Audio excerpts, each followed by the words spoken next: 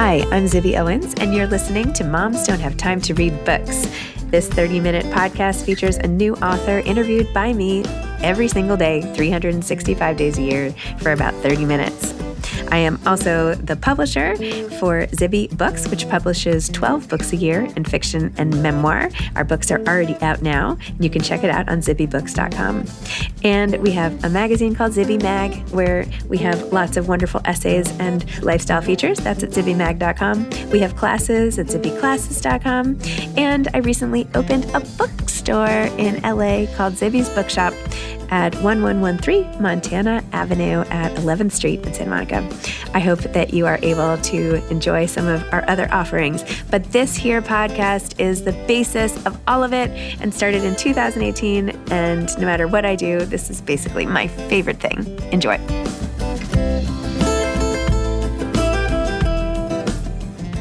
Laura Belgray is the author of Tough Titties on Living Your Best Life When You're the Effing Worst. Laura is the founder of Talking Shrimp and co-creator of The Copy Cure with Marie Forleo. She has been featured in Fast Company, Money Magazine, Forbes, Vox, and Business Insider, and has written for Bravo, Fandango, FX, NBC, HBO, USA, Nick at Night, Nickelodeon, TV Land, VH1, and more. Belgray lives with her husband in New York and, except for college, has never lived anywhere else. Not coincidentally, she doesn't drive. Welcome, Laura. Thank you so much for coming on Moms Don't Have Time to Read Books to discuss Tough Titties on Living Your Best Life When You're the Effing Worst. Zibby, thank you. I'm so excited to be here. Oh my gosh. I think we have to start with the beavers. Beavers come first. Let's do it. Beaver talk. In your book, we both grew up in New York and went to a similar school and had a similar mascot and all of that. Very similar. And you're so funny in the book when you talk about it, as you are with literally everything you talk about in the book, when you're like, okay, guys, like literally my mascot was a beaver. We had like 100 centennial of beaver days and all of this. All girls school, Yeah. and they chose the beaver and celebrated with 100 years of eager beavers pins. Okay, so tell me about why you decided to take that memory, all your memories of sort of school and growing up in ninth grade and going to studio and just all the retrospective stuff and packaging it up in this way, which is both humorous and sort of a spin-off of self-help in a way. Just talk to me about starting the book and where this all came from.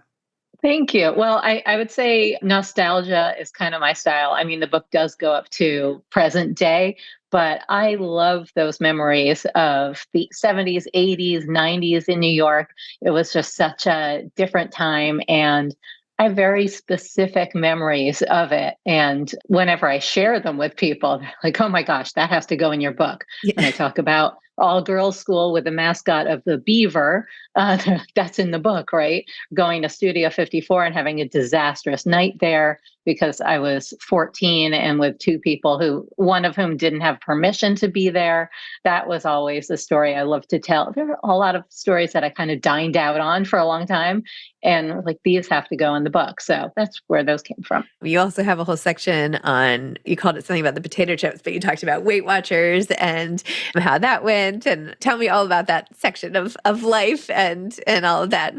Steve's ice cream. Steve's ice cream. Oh my God. Yes, I scooped at Steve's ice cream. That was we had an elective senior year of high school where we could take a job instead of taking classes. And so I chose to scoop ice cream at Steve's. It was like my dream job. But because I was in the throes of I would say a modified eating disorder, I didn't have one lick of real ice cream all spring or summer while I was working there. I would stop at Baronet's, a place on the Upper West Side, or Zabar's on my way to work and pick up frozen yogurt and bring it and save it in the ice cream freezer for my ice cream break. And everybody else would have their Cookie Monster or their scoop of whatever it was, vanilla with Reese's Pieces mixed in. And I would smugly pull out my little cup of frozen yogurt and nibble at it.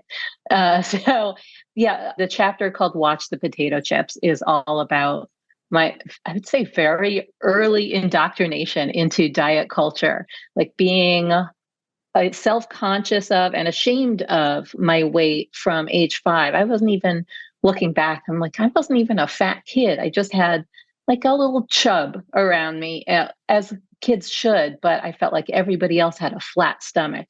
Like even at 5, I was getting out of the pool and covering my stomach. And my mom, I know you relate to this. My mom was always watching her weight. She didn't push, she really tried not to push that on me. She didn't want me to feel bad about myself the way she did. She always had Tab in the fridge and a Weight Watchers scale on the counter, and she would measure out everything and calories of everything. And obviously I picked up on that, like gotta be that imperative to be skinny. And it informed so much of my life and still does, really. Like I still, even though I've become normal-ish about food, though I'm still weird and controlling about it, I do still always, I count my steps every day. I'm always kind of assessing in the mirror, even though I don't weigh myself anymore. Like, did I put on weight? Did I lose weight? Am I at my thinnest? Am I not at my thinnest? And it's dictated a lot of my life. Like, couldn't handle a job that started in the morning, that was 9 to 5 or 10 to 6, because that would mean I had to get up way too early to work out, and I couldn't handle that life. I was like, if I can't work out, then I can't take the job. Yeah. I feel like these entrenched parent-led or culture-led weight things do not go No, away, like no. ever. It's really sad. I feel like I do the same thing a lot with pictures. Every picture, I'm like, it doesn't matter what I was doing.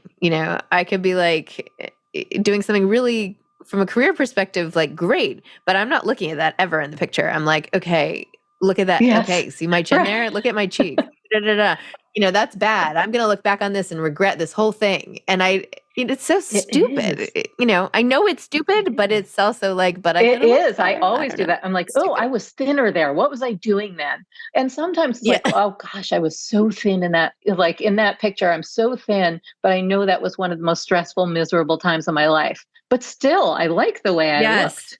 looked. And so, Yeah. I can't believe I fit in those pants. I know, someone was like, yeah, you looked a lot thinner then, but you didn't look better. Like you look better now, but you look thinner then. And I'm like, are they so different? exactly. It's very hard for us to separate that, having grown up with what we did. And like, things are changing now, and although not entirely, I mean, there is body positivity, but then also on Instagram, there's still thigh gap, and probably TikTok, how to have a thigh gap. But I have a good friend whose daughter is 11, and she heard her saying, and she's a little pudgy and adorable, and she heard her daughter saying, you know what, I'm fat, but it's okay because I look really good and I like my body. And I was like, gosh, can you imagine that? Like having that attitude, just neutral about thinking you're fat. Like it's not a diss. It's not a criticism. It's not something you have to change. What do you even mean by this? I know. It's so foreign. It's like saying I have brown hair to her. Like I'm fat. It's not a bad And thing. I do not neutral. mean in this conversation, I don't in any way mean to put any sort of negative judgment on it. This is my own neuroses from, right. My mom, not to blame my mom, because that was like the life she was living, but, scooping out the same amount of cottage cheese every single morning. She would put like 2 saccharin in her coffee, and then like cottage cheese and fruit every day, and going to Gilda's for a workout, and, blah, blah, blah. Everything was the same. Yeah. Tab, like all the same stuff, like constant focus. Although, whatever. Now she's like almost 75 and like super thin and fit. So I don't know who's laughing now. Right. Yes, exactly. And that's one of the things that like, it is, I would love to be so neutral about my body and not be imprisoned by any of that. But on the other hand, I have stayed fit for my life and have habits that other people have struggled to develop because they never had to worry about it. Mm-hmm. And then they hit their 40s and they're like, oh, I have to work out. I'm like, oh, I feel gross unless I have worked out. Like it's so ingrained in me that it's both a negative and a positive. Like now I have that habit, so I'll Yeah. probably stay healthy and live longer, last longer. Yeah. Well, that's the other thing too. I feel like it's so much about health. Yeah. Like if you know, anyway, whatever. I don't mean to get off track. I mean, it's sort of not. There is no honor off track when you like spill your guts in this book. You know, like, I feel like you Right. go in a million directions. You also have this whole section on what you did with boys. I can't even like say it. I'm like such. You know, you have this whole Chapter 9. yes, and you know, even like the boy calling you on Yom Kippur and all of that. Like, tell me more about that and writing about your experiences sort of with guys early on and as you were getting older and all of that. Yeah, well, I have a few chapters that deal with that, with getting into ill-advised entanglements or one-nighters with guys, which start with the chapter "Boys Don't Like Me." And I was convinced that boys didn't like me, and they didn't. I mean, as I say in the book, I have receipts, like the spin the bottle party where the guy whose bottle landed on me was like, do over. And the one who had to go in the closet with me was like, okay, we're not doing this, right? And I was like, oh no, yeah, totally not. So between that and then switching to an all-girls school, the aforementioned Beaver School, and between those two things, really boys became such a prize, this object to seek out. And any attention from a boy was like a blue ribbon to me. Permission to live, like to take up space in the world. Like I'm worthy. I'm worthy of love because a boy likes me. And so, starting with, I guess starting in high school, I would do things like, if I had the opportunity, steal somebody's boyfriend because someone's boyfriend liked me. Well, then I had to go for it and steal him. And then when I graduated from college and was living back in the city in my childhood bedroom in my parents' house, I went out like it was my job, because I felt like I had never had that phase of, well, being slutty. Like I never, I never sowed my wild oats. I never had the chance to have, to experiment and have all these guys like me because they hadn't. And so now that I guess I felt like, oh, I'm hot now. And so I started going at, but not hot enough. So I started going out really like it was my job. And my goal every night was to make out with somebody by 4 a.m., like by the time the bar closed. If I hadn't made out with anyone, or if nobody had expressed interest in me, then it was a lost evening. And so in that chapter that we won't mention the name of on the, you can buy the book and you'll see which one it is. Most people count to chapter 9 because in the dedication, I say, Mom, please don't read Yes, chapter that 9. was so funny. And she did. So that details this string of guys that I went through, or maybe they went through me, that year after college. And the Yom Kippur reference that you make this about, I think that's the final guy in that chapter, who was this hot, very sexy general manager of a restaurant that I used to go and hang out with downtown. And he like would make jokes about, he'd introduce me to people and make the joke like, this is Laura, we'll sleep together, but then and it'll be fun, then we'll be really good friends. And I was like, oh, he must mean that we're going to be boyfriend and girlfriend. Actually, he doesn't mean that we're just going to sleep together. So he called me, he asked for my number, and I was very excited. And then he left me a message on Yom Kippur and saying, I think he has said something like, this is the day you atone. And at the sound of the tone, I don't even know what joke I was making. I think he was a comedian. And he was inviting me to come down and stay over at his place. He was like, bring stuff to stay over. And of course I went, Yom Kippur, bad Jew. I went down to his place on Rivington Street and had my one night with him, which was exactly as he intended. And to my dismay, he never called me again or wanted to hook up again. But yeah, that was my quest at the time. That was like, I call it my journey. I won't say what kind of journey because we're being PG, but really just getting as many notches on my proverbial bedpost or belt as I could, because I thought that that made me an accomplished person. Like, again, a worthy person. And how did you get over that? I think I just moved into a new phase. Like, you know what? I got a job.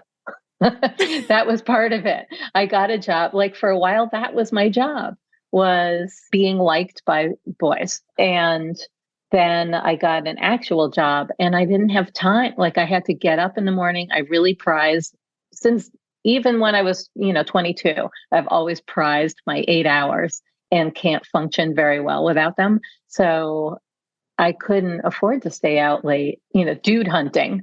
And so once I got a job, I just became more obsessed with career than with guys. Interesting. So all these things, the eating, the guys, like there was the friendship, there's all this stuff that you've sort of worked through, and you do it all in a very funny way. But, sometimes the humor covers up the pain and some of the stuff. Like, where do you feel like you are now with all of it? I feel like I am an adult and somewhat self-actualized. I, writing this book, one reason I took so long to write it, because I always wanted to write a book and I had so many different iterations of stops and starts, and never felt like I knew how the book would end. Like, where does it go? Because I have so many stories of screwing up and measuring my self-worth in strange, stupid ways, arbitrary ways, and making a lot of mistakes and not fulfilling my potential, etc. And it's like, where does it end? And I finally, at age 50, which is when I started really writing the book and sold it, I finally felt like I had an arc to my life, to these stories, where not that I got over everything and became this brand new person, but I do feel like I'd started to fulfill my potential, found work that really tapped my talent and felt like something I would do. This was something I was searching for the whole time, like work that I felt like I would happily keep doing, even if I had so much money I didn't have to work another day. And I'm also in a very happy, fulfilling relationship with my husband. I am in love with him, and I found the one. And initially, he probably wasn't the one that I should be going after. He wasn't ready for a real relationship, and maybe neither was I. Like the people I was choosing probably self-consciously to sabotage the relationship because they wouldn't live up to what I thought I wanted. But I was patient with him, and I'm very glad that I was. And so being in a happy relationship is part of that arc, like for sure, a happily ever after. And work-wise, also, I think I've found my thing. But in many ways, I'm still the same person. I still feel like a hot mess. I'm still like late half the time, and I'm pathologically resistant to paperwork and do a lot of things where somebody's basically saying, "Ah, Belgray, you're killing me." So I'm still the worst. I highly doubt that.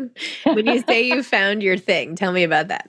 Yeah. So I mean, I had found my thing for a while before. Like I found my way into writing TV promos, which was a dream job. And for anyone who doesn't know what TV promos are, they're the commercial that the network runs for their own shows. Like during the commercials, you see something for, coming up on, the new season of Succession.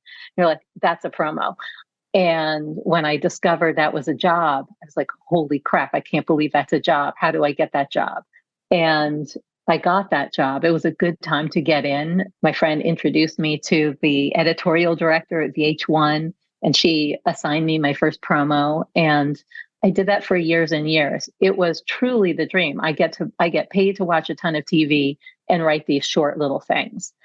And then at a certain point, I kind of felt like I'm complacent. I should be writing something bigger, something more permanent, something memorable, something that's in my voice, not the voice of the network. I want to write about me. I want to write about my life.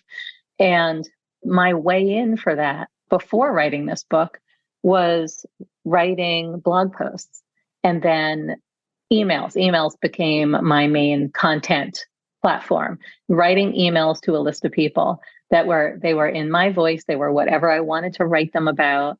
And when I figured out how to use them to make money, to make a living, rather than before that, I was starting to make a living from copywriting services, like one-on-one services that I offered to people who had their own businesses. I helped them with their websites, et cetera, et cetera. And I pivoted from that. I found out how I kind of discovered, the way to make money from writing my emails is to sell something in my emails besides my services. And so I created courses on copywriting and email marketing, and co-created a course called The Copy Cure with my friend Marie Forleo. And that was huge for me because it allowed me to really feel like, in this roundabout way, I'm making a living writing whatever the F I want to. And that felt so great and still feels so great. And so whenever I play that thought game of what would I do if someone handed me, $200 million, it's like, you don't have to work anymore. You're done. I would still write emails to my list. That's one thing that I know I would keep doing. And maybe write another book, though, as you know, when you're in this phase of launching a book, and everyone's asking, what's your next book? You're like, are you kidding me? I cannot imagine doing this again. And I think that I've been told that and I can imagine this, even though I haven't had kids, I can imagine that it is like childbirth in that you forget the pain of it and are ready to go again at a certain point. We'll see. So funny, when I was first starting the podcast, I had this really emotional interview with somebody, and she had just lost her dad. And I said, well, you should really write about that. You should write a whole book about that. You have so much to say. And she was like, ugh, I don't think I could deal with having to go around and talk about it all the time. And I was like, what? What does she mean? Now you know. Yeah, because you have to repeat the same stuff 1,000 times, which is fine, if you're ready to talk about it or you want to talk about it. But if you want to just sort of put something out there once, it should probably just be an essay, honestly. Right? Yeah. Although I know somebody who, I know her because she published a book with my same publisher, with Hachette. It was a memoir, and it's great. And she just kind of put it out there, put one post up, I wrote a book. Yeah. And that was it. And wow. She's thrilled. She's thrilled. She's like, oh yeah, I loved writing a book. And she loved having a book. She doesn't care. I don't think, she's just did that. Oh, been there, done that, got the t-shirt. I'm like, good for you to not be attached at all to the, wow. Yeah. To the sales at all? To the results. Yes. Yeah. Okay. I mean, maybe that's a much more self-actualized place. I don't know. Maybe. That person is probably not analyzing every flaw in her pictures either, I'm going to guess. Right. I was just going to say that's also someone who's oh, I'm fat, but I don't care. Yeah. It's it's as far into me as someone saying that. Yeah. Wow. People who are confident or something. I don't know. Yeah. I don't know what it is. What's with that? So what advice do you have for aspiring authors? Oh, wow. I think my advice for you is write. Don't wait to figure out what you are writing before you write it. Because I think that can stall you for years and years. So don't think about that. Don't think about will this sell, unless your number one goal is to sell a book, is to have written a book that gets published. But if your goal is to write something that you love, the thing that you've always wanted to write it without stopping yourself because, publishers don't want that and nobody's going to buy that. I mean, I was told that a lot about the kind of book I was writing. And I know you've been told that too, about writing a memoir or a book of essays. And, especially if you have a business or something, you will be told you should write something that goes with your business. That is a how-to, a business book.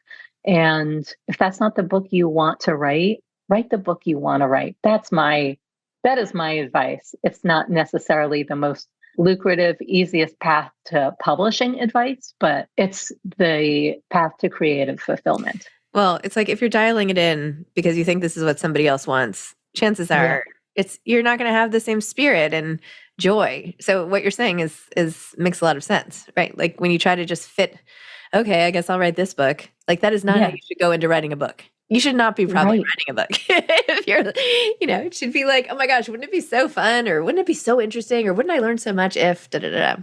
And then you do. Yes, exactly. Yeah, I agree. Amazing. Well, I'm certainly not going to ask you what you're writing next because God forbid. Yeah, because I have no clue. I will say that when I finished writing the book, like the moment I finished it, I felt in the groove and I was like, oh, I have other ideas for books. I want to keep writing this. I felt like I'm in a spot and I want to keep on. Now I'm past that and I'm like, no clue. No idea. What was I thinking? Yeah, you have to it's like working out. You have to just keep going every day. Exactly. Otherwise you fall so off and you're like, wait, how was I running every day? And now I Yeah. can't even walk around the block with my dog. But anyway. Well, Laura, thank you so much. Your book was so funny and, just totally enjoyable and awesome. So anyway, thanks for coming on. Thank you, Zibby. And that means a lot. This was fun. Okay. Me too. For me too. Okay. Bye. Bye. Thanks for listening to this episode of Moms Don't Have Time to Read Books. Don't forget to follow me on Instagram at Zibby Owens and at Moms Don't Have Time to Read Books. Also sign up for my newsletter at zibbyowens.com and sign up for my virtual book club and meet lots of authors on Zoom every other week. Thanks so much to Steve and Ryan at Texture Sound for the sound editing. And thank you to Morning Moon Productions for providing this fantastic intro and outro music.